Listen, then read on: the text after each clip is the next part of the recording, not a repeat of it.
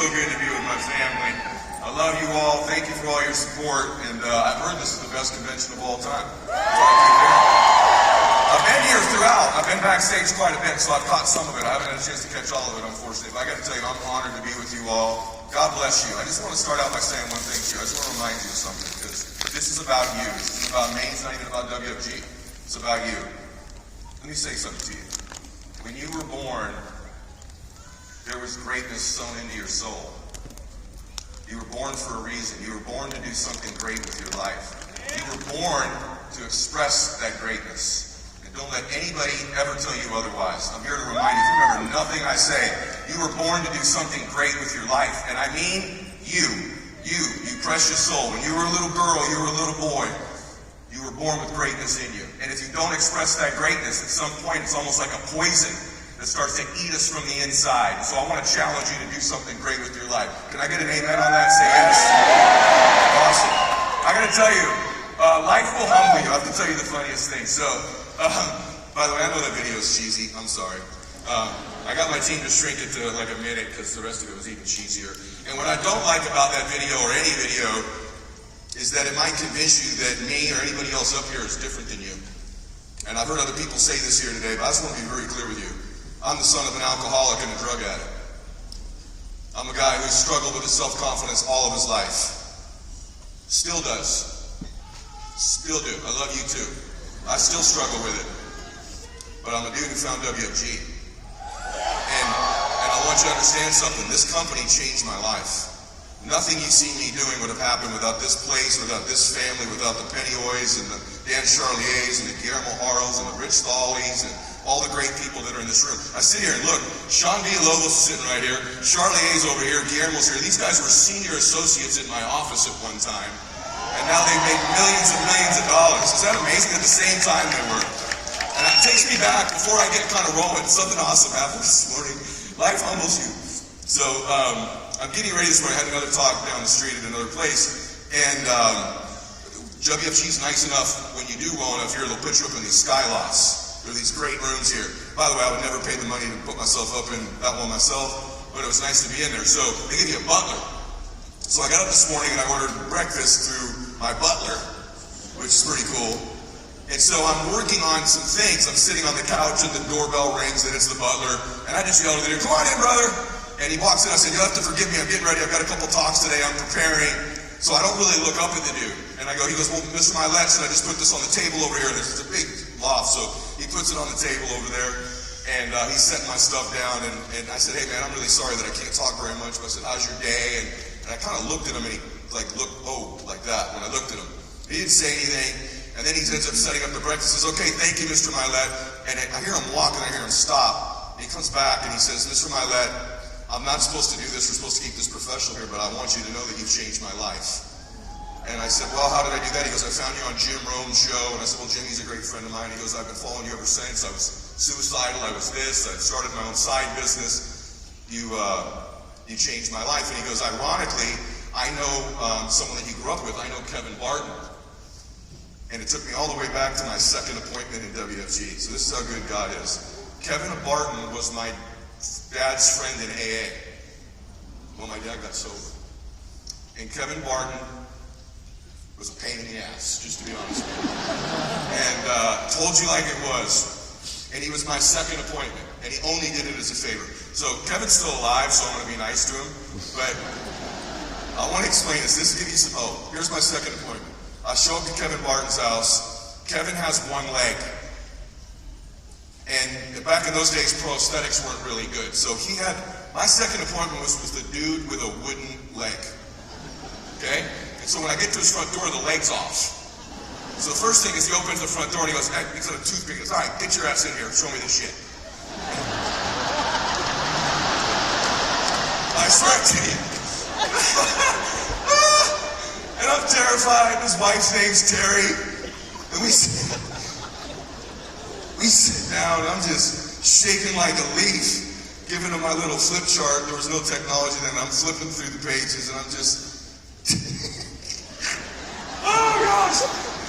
It's like, I'm so bad. So bad. And at the end of it, it was so bad that I was so nervous, I literally handed it to him. I go, just read the rest. I didn't read the last 3 slides. He just reads it.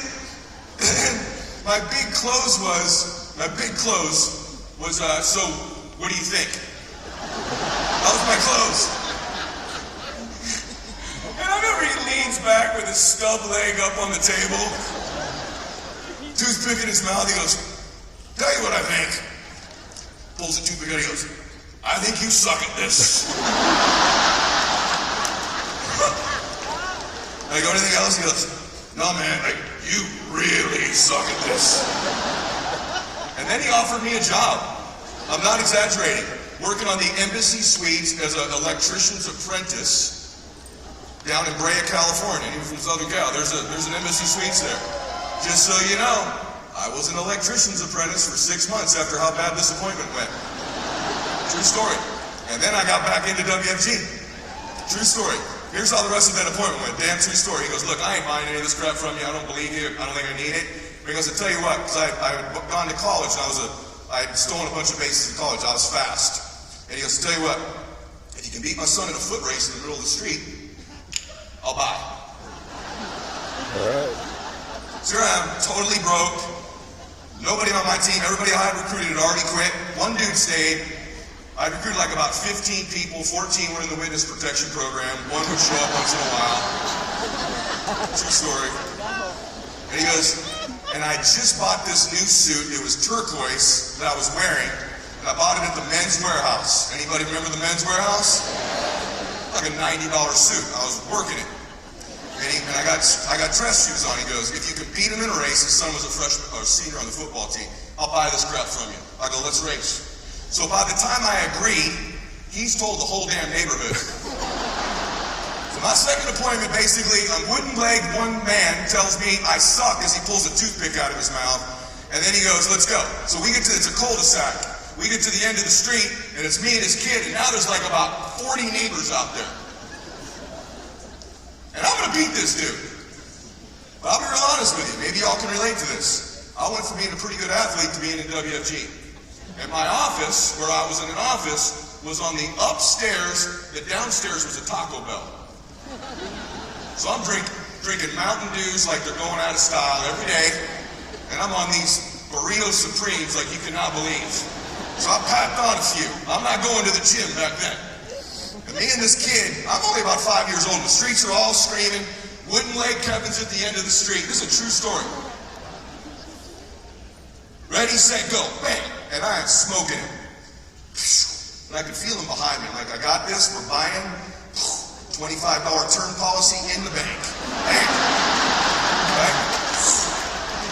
And all of a sudden, my head got a little heavy in my belly, and my head started to get out over my legs, and I bit the dust. Whoosh, bam.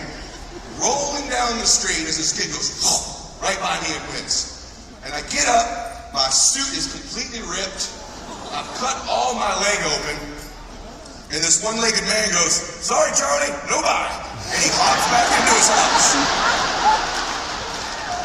Hops back into his damn house. Here's what's crazy. I swear to you on my son, this is true. Nolan, my butler, was there for the race. Now, he didn't know it was me until I told him the Kevin Barton story. He goes, Mr. Mylett, I swear to you, you had like a mullet at the time, party in the front, no, business in the front, party in the back. I said, that's exactly what I had. He goes, I watched that race. I felt so bad for that guy, whoever it was, racing to get a sale in the middle of the street. I go, that was me, man. That was me. He goes, dude, you've given me tremendous hope in my life. That's a true story. The butler in my damn Skyloft today was there for the race of a lifetime. So hey, if I can go from racing and falling in the street and ripping my only suit to building a pretty good business and a pretty good life, you probably got some hope. Would you agree with me? So how do we do it? How do we do it? Some things we need to decide. Number one, you have to make some decisions. Maybe you've made them, but maybe you haven't. There's two roads in life. There's two roads. There's the crowded road that everybody's on. All your friends are on, most of your family's on, and you're going to be tempted to be on for the rest of your life. There's a crowded road. Everyone's on it. It's easy street. In fact, it looks a lot like this. Here's what it looks like. It looks like a merry-go-round. It looks like a merry-go-round.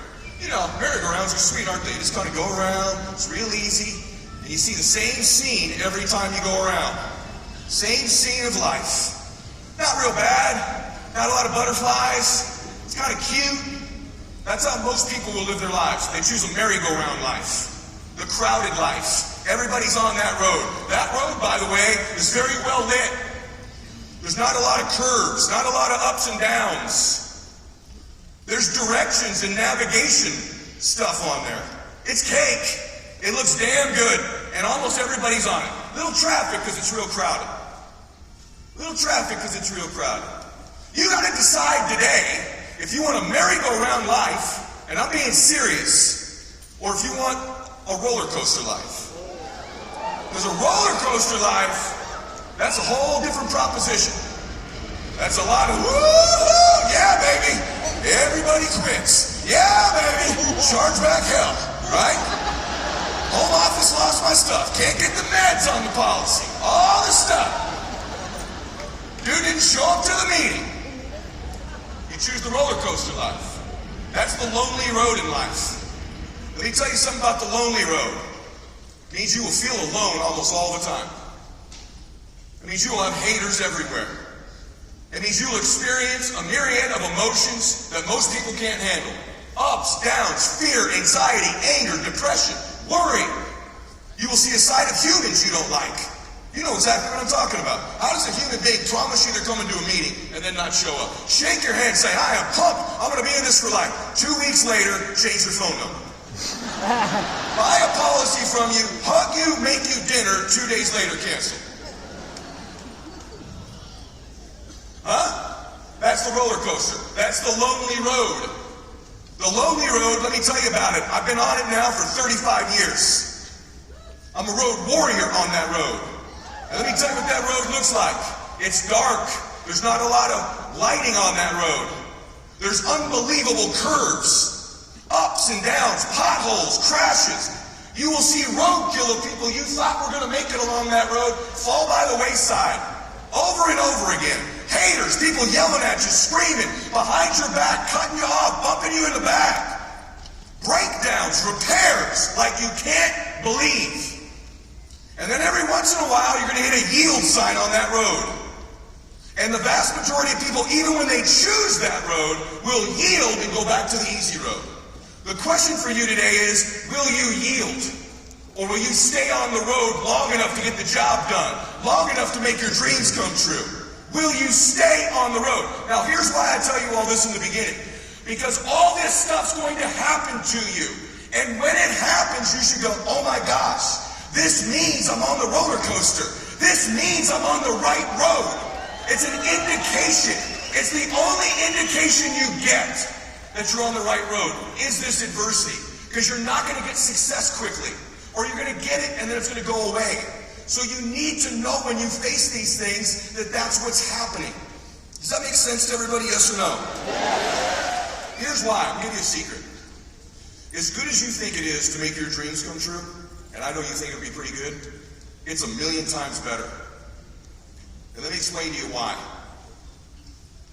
It's 1,000,000 times better. This is what they won't tell you and you've never heard before. When you stay on this road long term, you'll eventually get your dreams. And it'll be awesome. I wanted a jet, I've had 6. I wanted to own an island, I got one. I wanted to pay off my mom's house, I did it. I wanted to pay off Christiana's mom's house, we were able to do it. I wanted to see my teammates have great stuff happen, all that stuff. I wanted to travel, all that stuff's cool. And by the way, it is cool. Here's what nobody tells you if you stay on the road. That's the rewarding part that makes it 1,000,000 times better. All the dreams you come true for you that you aren't dreaming right now. Here's the other one. All the dreams come true you will make for the people you love that you don't even know about right now. All the people you love that will have these big dreams in their life that you don't even know about. They may not even know about it right now. And you will make their dreams come true. Heck, you may even make the dreams come true of people in your family that haven't even been born yet. I'll prove that to you as we go today. It's the other people's dreams you will make true. It's the ripple effect of dreams coming true when you stay on that road. When you become the one, I call it, in your family. The one. See, when you meet a family that's really wealthy, somewhere back in their lineage they weren't. When you meet a family that's really happy, somewhere back in their lineage they weren't. And I know we talked about this a little bit. And then the one shows up. In every family, there's the one. The one shows up. The one. In my family, I'm the one. I'm the one who got up early. I'm the one who took the chargebacks. I'm the one who stayed up late at night. I'm the one who took the rejection. I'm the one who had the people quit. I'm the one who kept doing meetings. I'm the one who woke up at 3 o'clock in a panic and worried. I'm the one who took the hits so that the myletts, the world will never have their thumb on the mylett family ever again. And you got to listen to me. You are the one in your family. And by the way, they don't come as you think. No one would have picked me. Shy little Eddie. No one would have picked me. Nobody would have picked you. That's why it's you. Or are you just going to be another one? Just another one. Just another person in WFG. Just another recruit. Just another person who came to a convention and got all excited. Just another one. Just another one in your family. Just another member of the family. Just another one. Or are you the one? Are you the one? You got to decide that. Now, how do you get there? You got to understand a couple things. Number one, you got to survive temporary pain. All pain is temporary. All pain is temporary. But if you can survive temporary pain, on the other side of temporary pain, you discover another part of yourself. Another part of that greatness. Another part of your soul's expressed. You have to survive temporary pain. Everything's temporary. When my dad passed away, I'll tell you this in a little bit, I've never been more convinced in my life that anything other than our souls and our spirit are completely temporary. But you got to survive it. Why? Listen to me. Because when you survive it, now you are eminently qualified to help other people. Your greatness, you were born to change other people's lives. I'm going to give you a clue. I'm going to talk about it at the end, but I'll give you a preview. God did not give you another day because you needed it. God gave you another day because somebody needs you. Somebody needs you. Somebody needs you. And it doesn't feel like it should be you. My dad got sober and changed our life forever. And after I wrote The Power of One More, I woke up one night, Christiana saw me crying. She's never really seen me cry a whole lot. I didn't even cry when my dad died. But I cried this night, and the reason that I cried was I woke up and I had this epiphany. Oh my gosh, someone helped Daddy. Someone helped my dad when he was going to lose his family because he was drinking. When my mom had threatened to leave him. Maybe my dad was even going to take his own life. And some precious human being, imperfect as they were, showed up and said, I can help you. And if they had not done that, my life, I wouldn't be here. Had they not done that, I'm not sure my dad would have lived any longer. Some average, ordinary person showed up and said, I can help you. In my dad's most desperate moment, that person didn't know I was his son. Doesn't know that the ripple effects his son's reached millions of people. And my dad helped thousands of other people get sober. And that's incredible. But what's more incredible is what qualified that person to help my dad. What were their qualifications? You know what they were? Because I know who they are now. By the way, my grandfather's name's Ed, my name's Ed, my dad's name's Ed, and the guy who helped my dad get sober, I can't tell you his last name, his name's Ed. You know what qualified him? The greatest sins and mistakes of his life. He was a drug addict too. He was an alcoholic. He was a liar. He lived in the shadows. Because you're most qualified in life to help the person you used to be. You're most qualified in life to help the person you used to be. And so that person, because of that, was qualified to help my father in those moments. It's not how perfect you are. God will use these situations to help you change other people's lives. So what's that mean? If you used to know nothing about finances and now you know something, you can help everybody who knows nothing. If you used to be broke and you ain't so broke anymore, you can help broke people. If you used to not have any hope and dreams in your life, and now you got a few hopes and dreams, you can help all those people who need hopes and dreams. If you used to be broken, and you're not quite as broken anymore, you can help broken people. That's why you were born to do something great. See, you disqualify yourself because of your mistakes or your weaknesses or your frailties. And just so you know, this man standing up here has more weaknesses, more frailties, more stuff he needs to work on, I'm sure, than anybody in this room. But I learned this lesson that I don't have to be perfect to help people. It's my imperfections that qualify me. The other thing is, I got to keep growing and changing into the next version of me so I can help all the people who used to be like me. So when I was making millions of dollars a year, I went, man, I need to make $20 million a year so I can help all these people making millions.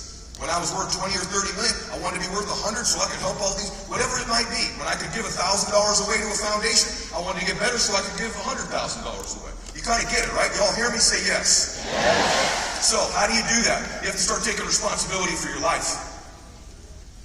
You have to start taking responsibility for your life. That doesn't mean everything in your life is your fault. Responsibility doesn't mean I'm responsible, I caused this. Responsibility means I have an ability to respond.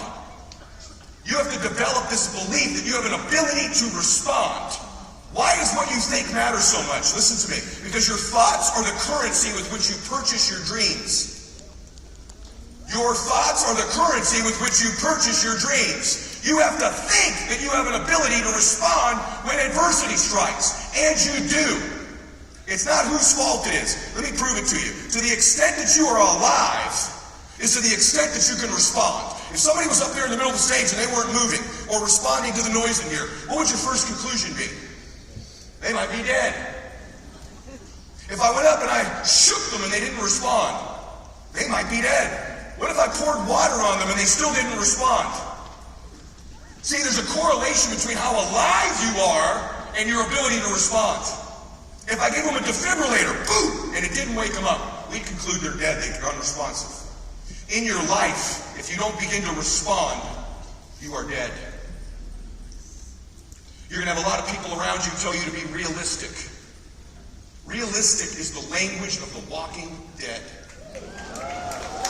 They have begun to buy into the lie that they have no ability to respond in their life. God's given you the greatest business opportunity on planet Earth to change your life and other people's lives. You have a responsibility to max this out. A responsibility. You leaders in the front that have made so much money, we got to keep going. We got to keep helping people. People ask me all the time, why you work? I work harder now than I've ever worked in my life because I finally got this stuff in my 40s. I figured it out. I want to be somebody. I want to help people. I want to express my greatness. I will not die with my greatness still inside of me. I will not die that way. And neither will you. See if I can show you something. You guys show them that, what's this thing up there? What would be a successful Wait, week? pause that real quick. Pause it if you can. I want to set this up for you. Say it real quick. Sorry, guys, I messed that up. Listen to me on this. You ever hear the notion that the only hate you're going to get is from people doing worse than you? You ever heard that? Only people doing worse than you are going to give you hate. You ever heard that before? That's a lie. That's a lie. You can get haters and detractors at every level of your life. Trust me. Especially as you begin to threaten how successful they think they are. Or their notoriety. All of a sudden it's, oh, well, I had this or that. Trust me. You got hated at every level. Know it now. Like now, my uncle that's the rich one, he's real supportive of this. Until you're richer than him. Until you're not the most, until he's not the go-to one in the family anymore. Until you become the one. You need to know this now, those of you that are climbing. I'm going to show you this video. Let me tell you what it is. It's this dude, Tiger Woods. It's a video you've never seen before. It's his first tournament as a pro. Never played professional golf before. He comes out, and the guy interviewing him is one of his heroes. His name's Curtis Strange. You don't need to know golf. Let me just set it up for you. Curtis Strange is a Hall of Famer, one of the greatest players ever. Won 2 U.S. Opens, I think back-to-back. Great player. He's still a broadcaster to this day. And Tiger Woods comes out on tour, and he gets interviewed by his hero. And you know what Curtis Strange decided to do for about a minute and a half? Trash him. And let me tell you how they trash you. You're being a little cocky. You have anybody in your family tell you that? Wait a minute, we're simple people. What's wrong with the way? Getting a little cocky. Because you're threatening their smallness. They love you, they're not bad. You're threatening their smallness. tell you to be realistic. You know, second or third's not so bad. It's not so bad. What's wrong with the way things already are? At the end of the video, this man has the audacity, when Tiger politely still says, no, I'd like the ring. He lets him know. You'll learn. Everybody in your family time, you'll see. It's a scam, you'll see. You'll see. It's just for the top guys. I got here in like the 8th year. Top guys. There's a bunch of top guys when I got here. I don't know what they're talking about. We have people coming up here all the time, been here 2, 3, 4 years. You'll see. Watch. This is Curtis Strange. Tiger Woods is one of his heroes. Watch this. We can play, guys. What would be a successful week here in Milwaukee? Two things. I think I played 4 solid rounds. We got off to a good start today. If I can do that for 3 more days, I'll be very happy. And a victory would be also nice too. A victory. Do you think, to me, that comes off as a little cocky or brash, especially talking to the other guys on tour that have been out here for years and years and years, and certainly an incredible amateur record. But what do you say to those guys? Well, When you come out here, you know what I'm saying, your first pro tournament, you say, I can win. Oh, I understand that. I've always figured that why go to a tournament if you're not going there to try and win? It's really more important. And that's the attitude I've had my entire life, and that's the attitude I will always have. As I would explain to my dad, second sucks, and third's even worse. It's just a feeling. On tour, that's not too bad sometimes, though. That's not too bad, but I want to win. That's just my nature. You'll learn.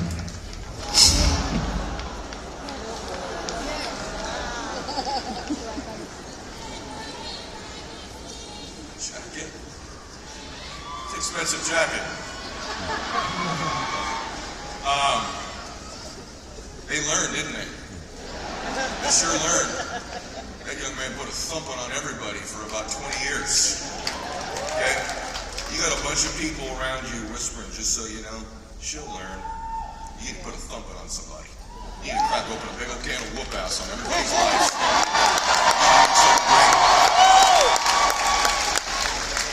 Let me tell you something, it's a big deal. Winning is more fun than fun is fun. I'll prove it to you. Let's click through that. I don't have time. Oh, by the way, if you want me to help you out, I made some WFG specific content. You can scan that. It's free. Just scan that thing real quick. So I want to tell you about my son. I've talked about Max a lot. My favorite person in the world until he died was my dad. My favorite person to golf with. I don't play a lot of golf because I'm busy, but my favorite person was my dad. If you don't do that, go to mylett.com, put your email in, and I'll start getting you good stuff. It's all free. You're welcome. So hey, listen. I'll tell you about Maximus. This is my kid. I love him. He's now my favorite guy that my dad's gone. He is, however, the most uncoordinated human being that's ever walked the planet Earth. I still to this day, his mom and I do not know whether Max is a lefty or a righty. We don't know. When he played baseball, he'd go 0 for 50 left-handed and 0 for 51 right-handed. Put a glove on his left hand, he'd eat a fly ball in the face with that one, come back the next year, throw one on his right hand, smack dab in the face. Christopher Schleman's in the room here, I think. He was his flag football coach. Let's just put it this way. They had Max block in flag football. He played a whole season of basketball. He scored 2 points. Let me tell you how those 2 points were scored. Another dude on the team took a shot. Max thought he was making it, started to run back down the court. Rebound came off his cranium, hit back into the basket, and my kid's running down the court like he just 360 dunked because it was the only basket of his life. Then he played golf. Lefty, righty, lefty, righty. At one point, we had some left-handed clubs in his bag, some right-handed clubs in his bag. This photo is evidence of my son's lack of coordination, and I didn't even ask him to pick it this way. Are you aware of any human being who stands with their feet like this for a photograph? Let's take a picture, Max. He would stand like this. Okay, Dad, sounds good. I have 5,000 pictures of my kid standing like this. Sometimes he's like this. It's just not a lot of coordination there. We moved to La Quinta, Palm Springs area. We picked golf. I picked golf with Max. Here's this reason why. It's 5 hours with my son. I was busy. I could spend 5 hours you caddy for your son. I loved that experience of the 5 hours. We made it all about fun. my son took that very literally. And so for 3 years, Maximus finished last in every single tournament we played in. By a lot. And by the way, where we moved was mainly professional golfers and their sons. So I want you to picture at most tournaments, this is me dressed up, but at most tournaments, I would show up with like a tank top, my tattoos, Adidas sweats. I may have been dabbling in creatine at the time, and a lot of creatine. And my kid was dressed like a ragamuffin. Some kids, clubs lefty, some righty. We're playing against a guy who won on the professional tour. He's dressed in perfect Ricky Fowler outfit, custom clubs, massage therapist. By the way, Holbrook, that massage offer still exists if you really want a real one. And swing coach, and the kid with the matching clothes against me and my kid. So we play every week. Max is the sweetest kid in the world. If he'd top one in the lake, he's like, "Hey, Dad, we're having fun." I'm like, "Yeah, Max, freaking blast, bro. This is great." Other boys would bomb one down the middle. "Hey, good shot, Jacob!" I'm like, "Dude, do you get the whole point of..." It got to the point where when he would get home, his mom never asked him how he played or what he shot. It was just, "Did you have fun?" When he would get out of the car, we had this routine. When he'd go warm up, I'd say, "Hey, buddy," he goes, "I know, Dad." So let me just tell you again. If you win today, I can't love you anymore. And if you lose, I won't love you any less. Thanks, Daddy. Let's have fun. And he would go out. Now, what I didn't tell you is, my son, even though that would happen, would get up every day before school for a couple hours and hit golf balls. And after school, because he knew he wasn't as gifted as the other kids, he would leave school. By the way, never got a B, ever. Valedictorian. But he would come hit balls for several hours until it was dark every day. Because what I didn't know, really, was that he wanted to win. He wanted me to push him. He wanted to compete. And the fact that I wasn't was actually sending a message to him that I didn't believe in him. It's okay to push your team, as long as they know you believe in them. So this day, this is Max warming up before our tournament. Let me tell you what happens this day. Our lives changed. Let me tell you why it changed. Because you're one decision, one moment, one experience, one speaker for 1 hour, one new thought, one new relationship, one new recruit away from completely changing your life. You're one away. And if you know that that's true, and that is true, you will live in anticipation of finding those ones. If you don't know that, they'll go right by you left and right, and you'll be oblivious to. I live in anticipation of what's the next one. Nolan was that one this morning. My butler. So this day, we're down 11 shots after 9 holes. And at these tournaments, you grab a lunch and you keep going. Well, this day we're way behind because Max is playing so bad. And the lunches were like over by that part of the stage. And the next tee was like by the back of the arena. So our lives changed in this instant because one of the dads said something that was really stupid. And one of the dads stops and says, hey, to the other two boys, hey guys, you guys, go over there and hit your shots. Max will grab your lunch. He's out of it and he doesn't give a crap anyways. I'll clean it up for you for the clean version because there was creatine in my body at the time.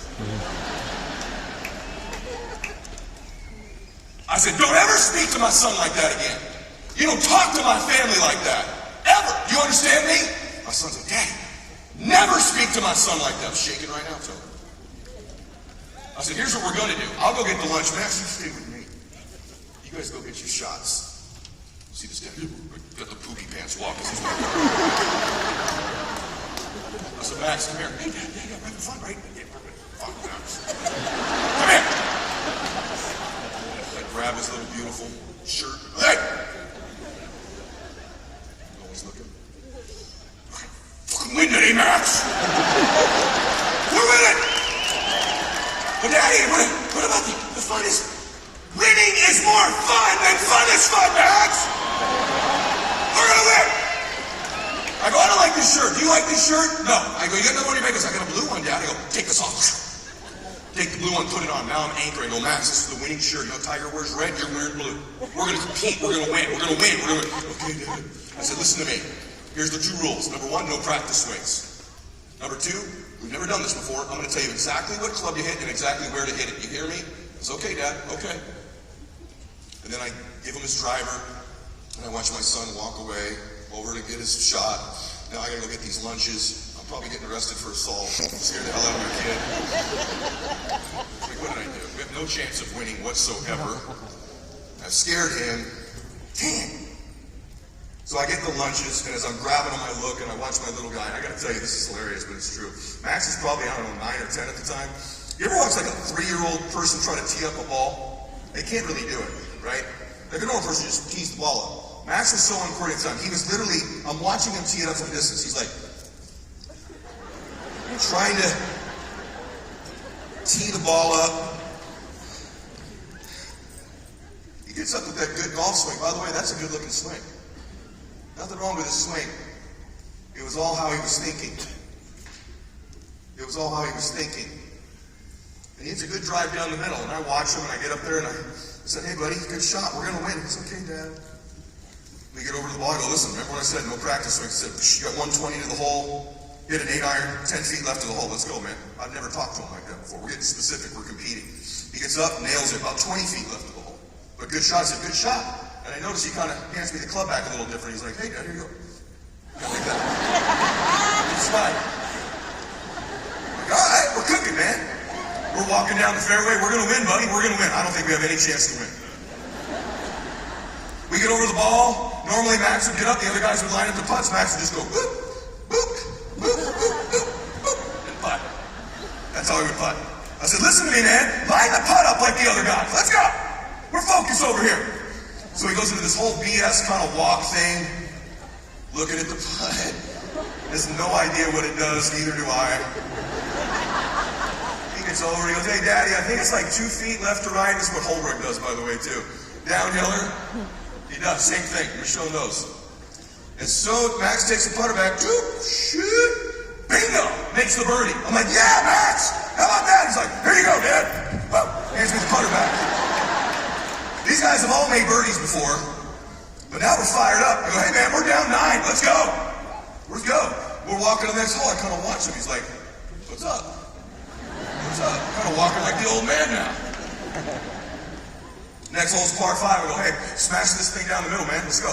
Hits his driver down the middle. Here's where our life changed again. There's a lake in front of the hole, it's a par 5. The other boys lay up, it's too far. It's 220 to the hole. There's a block wall in front of the lake. Any good story, Jesus is involved a little bit. And so I said, Max, hit the 3-wood. No, Dad, I go, hey, I told you, no practice swings. You can't question my call. Max, we're too far behind. Hit the 3-wood. My son has never hit a ball 220 yards in his life at this time. And still didn't after he hit it. So he hits it, and it's in the air. And I immediately start praying. Like, Lord, if this lands on this green, I will talk about you in every talk I ever do. I will stop doing like 34% of all the bad stuff I do. Then I went back to my altar boy days as a Catholic. I'm like, our Father, who art in heaven, Mary. Whatever I got, I'm throwing the sink at this shot. Except he hit it 219 and it hit the wall. Yeah. Oh, but it bounced straight up in the air. And it landed on the green. And rolled to about 2 inches from the hole. Now Max is walking down the fairway talking to you guys. He goes, you know, guys, I'm playing Callaway's right now. I'm thinking about switching over to TaylorMade. You know, I'm not real sure. You know, gonna go to this putting school in a few weeks. You know, just dial a few things in. Nothing like that ever happened before. He taps in. We're now down 7. Take it to the 18th hole. 18th hole, we're down 1. Numbnuts and his kid are in first. My kid, this is a true story, by the way. If you don't believe me, he's on my podcast. We talk about it because it's so unbelievable, but it's true. I tell him what to do earlier. Don't take a practice swing, right? About 105 degrees. What's my kid do? Most important shot of his life. Whole world's on the line. Takes a practice swing. Whoosh, and the club flies out of his hand. And helicopters into the middle of the lake. Most important shot of my kid's life. He throws the golf club into the middle of the lake. Ooh. Sorry, Daddy.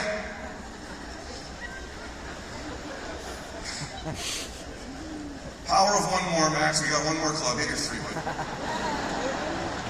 He hits a good 3-wood. We get down there. He's about the same distance as their drives. Numbnuts walks over to his kid. There's a lake in front of the hole. And I hear Numbnuts say, Jake, don't hit it in the lake. Max, come here. He's going to hit it in the lake. You never tell somebody what not to do. Sure enough, he hits it in the lake. I go, Max, let's go, baby. You got 110 to the hole. hit this thing 10 feet left of the cup. Let's get out of here with a W. I've never talked like that in my life. It's okay, Dad. Gets it about 11 feet left of the hole. He goes, good shot. He goes, yep. The other kid's so good, he pulls out from the other side of the lake. Here's the deal. Max 1 putts, we win. 2 putts, play off with numbnuts. 3, we lose. We get up to the hole. Does his little BS walk around the ball. Neither one of us have any idea what's going on. He gets over the putt, puts it. Dingo! Makes it. Birdie. Bam! We win, Maximus. We freaking won. He goes, Dad! Winning is way more fun than fun is fun! Turns out we've been there the whole time, buddy. He's like, oh my gosh! And I'm parading him around the green like we won the Masters. You know? This is him afterwards. That's him with his medal and the blue shirt. Look at his face, right? Now, you don't know this, but this boy's life changed in that moment. Forget golf. Winning can change you. Winning once can change you. That's why these awards matter. Secondly, he's still uncoordinated. You see LeBron with an NBA title? You've never seen it. Only I do. But here's what ended up happening. He started winning. I think he won 23 in a row. That day he shot 64. That's pretty good. That was me and him playing together. I got some credit. I must have made a putt or something. This is me and him golfing in Cabo a few years ago. We are doing genetic testing. See what's going on.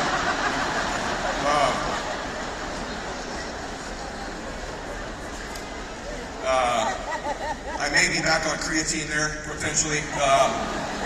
And still, he's got the crooked feet in the picture. So, this is him signing his college golf scholarship. One moment. Listen to me.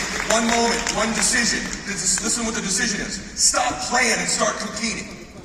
Too many of you are playing with your life. Too many of you are playing because you don't believe in yourself. You got to start competing, and you'll find something in you. This greatness in you begins to get revealed when you compete. Trust me.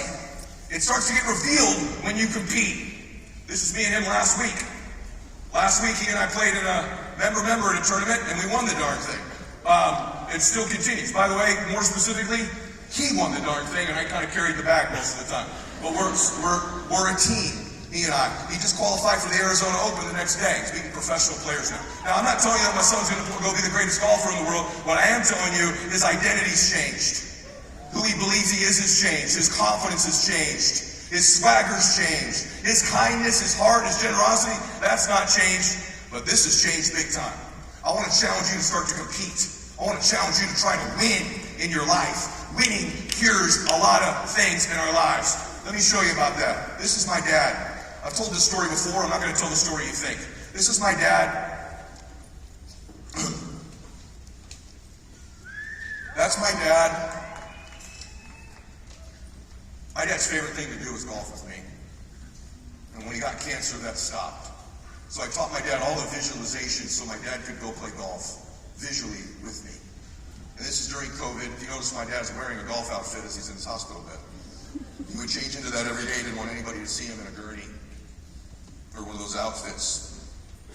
This day he called me. I was downstairs. He goes, my dad had a real deep voice like mine. I kept his voicemails when he got cancer because I knew he would change his voice. So I can still listen to my dad's old voice now that he's passed away. They're my favorite messages. When I get down, I just play a message from my dad. Even today. Hey kiddo, I love you. You're going to do great today. He would send me those messages before big moments. I still play them. This day he called me. Hey, what are you doing? I go down here in the parking lot, man, writing a chapter of the book. Hi, what are you doing? I just played pebble with you. Oh yeah? How do we do? He goes, oh, I played great. Shot 67. I finally birdied 18. I go, good. He goes, man, no. I go, what? He goes, you played like shit.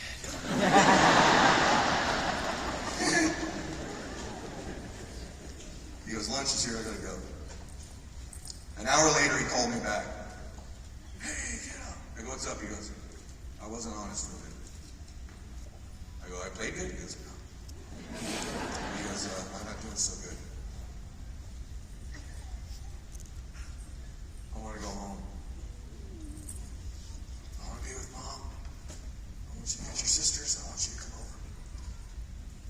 I go, Dad, we're gonna eat another steroid shot, you're gonna rally. That's not happening, man. You know that? Listen to me. I'll never forget this. Ever.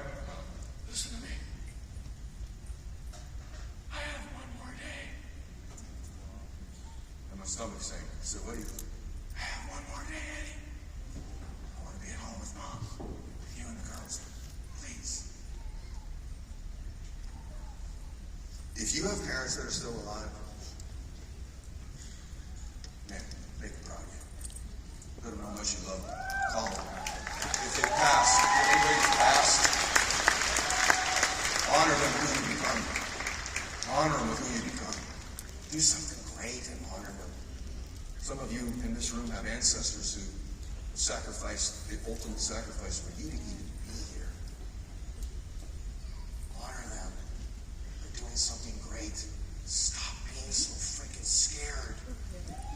Stop being so afraid. You're not getting out of this alive. You're not getting out.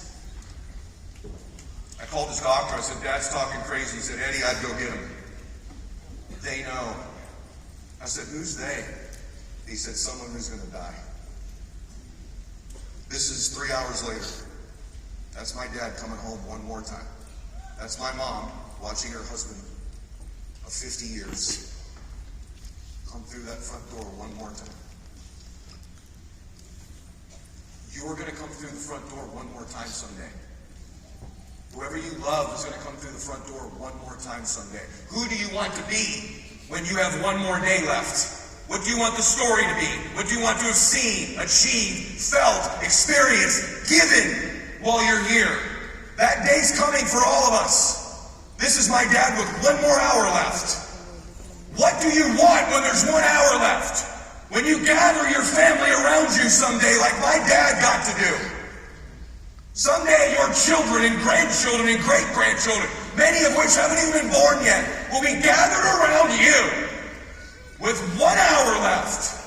What is the story of your life they will be telling? What is the story of you? This precious little girl that was born with all this greatness in her. Did she express all of it? Did she express all the love?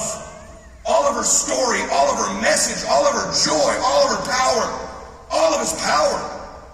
What will the story be when the people you love are surrounding you? What will they say when you're gone?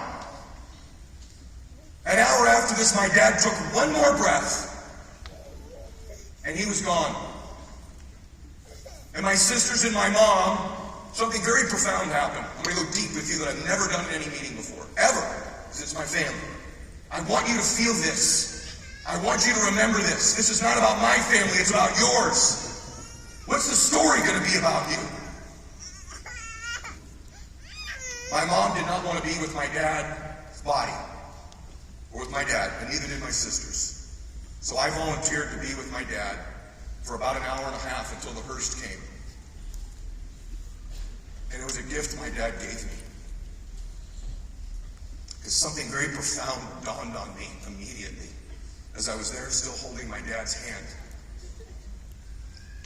My dad was gone. Listen to me. My dad was gone. Who my dad was no longer with me. His body was there. His awards were there. His house was there. His achievements were there. But he was no longer there. And the reason is you are not your body. You are not your achievements. You are not your possessions. You are not what you accumulate. You are none of those things. You can make your own conclusions about what you really are, but I know you're not those things. You're an energy. See, listen to me. Listen close. You can't take it with you. But you can leave something here. But you can leave something here. You can't take it with you, but you can leave something here. And what you can leave is your energy, is your spirit, are the memories, are the lessons, are the changes in your family. Are you becoming the one in your family? You can leave here becoming the one. It's not by mistake that you found the single greatest company in the world to become the one in. And there's no dispute about that. There's no dispute about that. You found the greatest company in the world to become the one. You can leave it here. Don't lose yourself chasing the things that aren't even you anyway. Don't cut corners. Don't cheat for the things that aren't even you anyway. How you act, how you conduct yourself, how you treat others, what you become, the memories you create, that's you. That lives on forever. That you leave here. Can I get an amen to that? Say yes. By the way, Brendan rolled this out yesterday, my good buddy. This is the greatest technology upgrade in the history of the company. Do it. I know, some people have a disagreement. I think you should read books. I think you should grow. I think you should be motivated. You mentioned me telling Max, don't read, don't grow, don't be motivated. This will help you. It'll help you keep your team organized. It'll help you collectively grow. It's free. Do it. I recommend it. I promised Brendan I would say that. By the way, he's amazing. I'll tell you the last story. That's the wrong picture, guys. You can go back.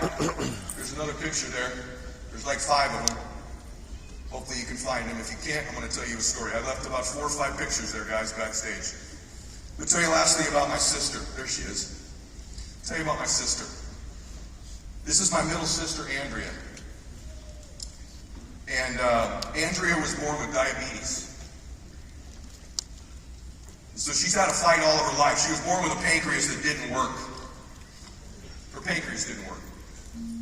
And so like most people who live with diabetes, over time you're going to have some complications, and one of them is usually your vision.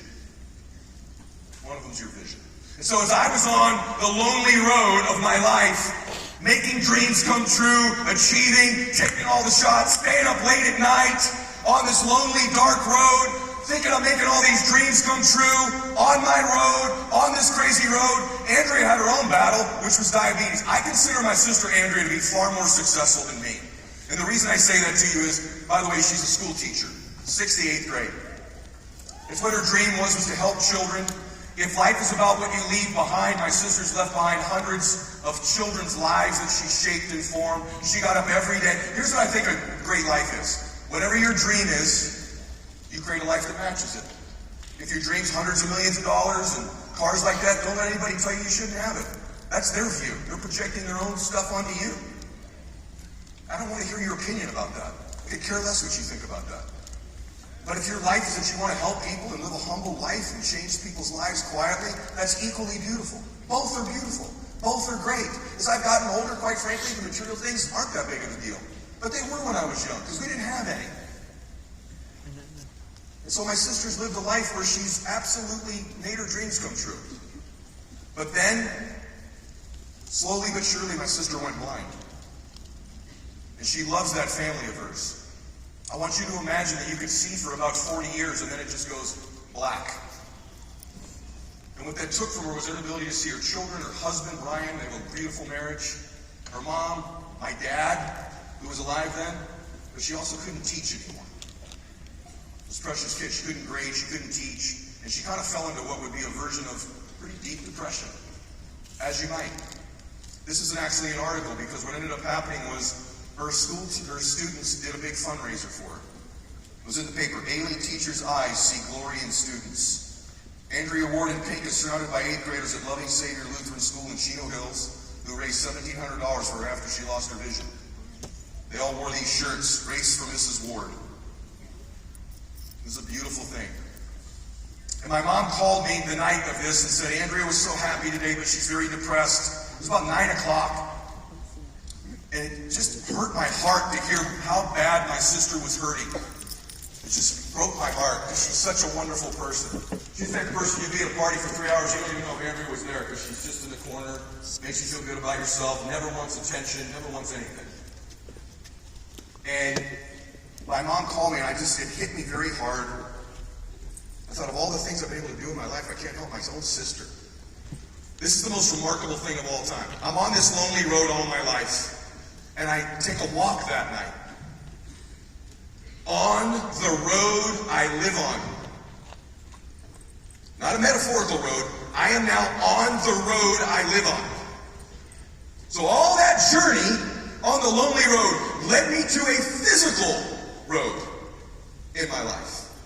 Ross Avenue in La Quinta, California.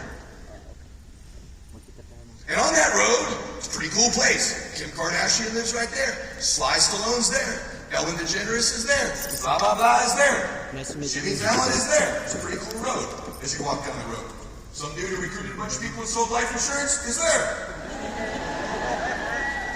And as I'm walking on this road, I'm getting emotional. This is a true story. I've never told it before.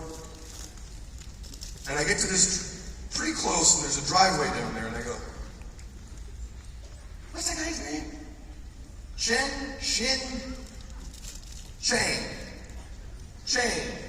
Dr. Tom Chang. I think he's like an one of the Optus. And he because I know he's not a normal one, because he couldn't afford to live here. But I've met him, and he was a great guy. And you have to sometimes just decide to go recruit, man.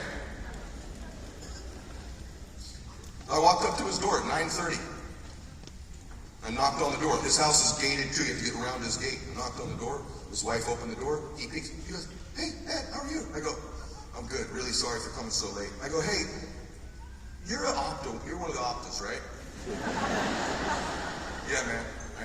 I go, this sounds crazy, but I just had another conversation. I have a sister who's got diabetic retinopathy. She's gone blind. She keeps getting these bleeds, and they can't do anything about it. They've tried everything. She can't see. Do you think you could help my sister? He lives on the road I live on. He goes, I don't know, Ed. I got a place. Your office is out here. He goes, actually, I have one in Pasadena. You know, Chino Hills is pretty close to there. If you send her to me, we could see. That guy right there got my sister her vision back. That's Dr. Tom Chang. So, while I was out recruiting and building and getting chargebacks and conquering the world and going down my dark road, making a dream happen, having a setback, little did I know that I would literally eventually live on a road where the person who would cure my sister's blindness and make her dreams come true lived. So what I told you earlier is this: the great part about making your dreams come true is not that your dreams come true. It's the dreams of all the people around you in your life whose dreams you make come true that you haven't even envisioned yet. Does that make sense? Say yes. So I would ask you, how bad do you love your family? How bad do you want it? How excited are you about your life? Listen to me. These people are depending on you. You're the one. You're the one in your family. And I got to ask yourself a question. When that family gathers around you in that one last day, in that one last hour, what are you going to say to them? What are they going to say? Thank you for all the memories, all the moments, all the lessons, all the change, all the amazing. Thank you for changing our life. Thank you for going on the lonely road. Thank you for growing. Thank you for getting better. Thank you for improving yourself. Thank you. Or are you going to say to them, I loved you so much.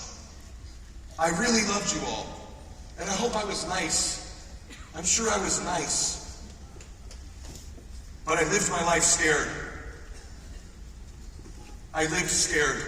I was more scared than I loved you. I was more scared than I love you. I was afraid I wasn't good enough. I was afraid I wasn't lovable enough. I was afraid I didn't have enough to give. I just was afraid I was not enough. And I lived my whole life with that. I'm sorry. Please do better. Is that what you're going to say? Or do you want to be able to say to them, I went for it. I took the shots for our family. When everybody else quit, I stayed. I kept rising up. I kept getting up. I kept doing it for you. I stayed out late for you. I talked to more people for you. I kept getting better for you. I kept growing for you. I kept trying for you. I kept loving you more than I was afraid. I loved you more than I was afraid. I hope I did good. I hope you're proud of me. I hope that's what you talk about when I'm gone. I hope you take it to another level. I hope you're the one after I was the one, because our family deserves to be happier. We deserve to make a difference. The question becomes in the end, did you express all your greatness? Because what I told you is true. God is not giving you another day because you need one. God is giving you another day because there is somebody out there right now who needs you. And I think it's your family, and I know there are millions of families that want to feel what we're feeling in this room, that want to be a part of something great, that want to go change the damn world. The world needs WFG. The world needs to know there's a good place with good people who are building for their own families, who want to make a difference from all walks of life, all religions, all backgrounds, all preferences, want to just love and win for their family. And at WFG, we love our families more than we are scared of what you think about us. Max out. I love you. God bless you.